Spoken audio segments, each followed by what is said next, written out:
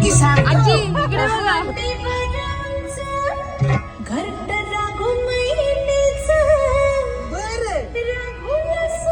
मैत्रिणीला हाका मारते. आमच्या आजी एकदम जोमात.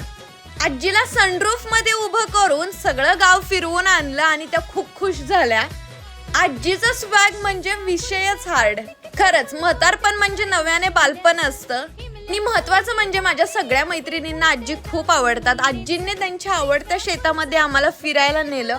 आंब्याची बाग फिरून आलो. घरी आल्यानंतर औषध मारायचा पंप धुतला.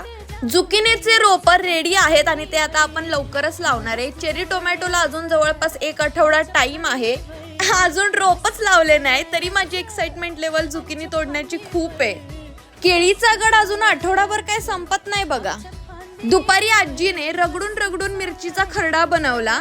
तुम्ही कधी खाल्लायत का खरडा? कमेंट मध्ये मला नक्की सांगा. लगेच आजीच्या मैत्रिणी मला भेटायला आल्या आणि त्यांना उत्सुकता होती ते म्हणजे माझ्याही मैत्रिणींना भेटायची. मॅमने वेळीवरती कांदा चिरला. आम्ही मस्त असं जेवण केलं आणि आमची मज्जा मस्ती तर चालूच होती.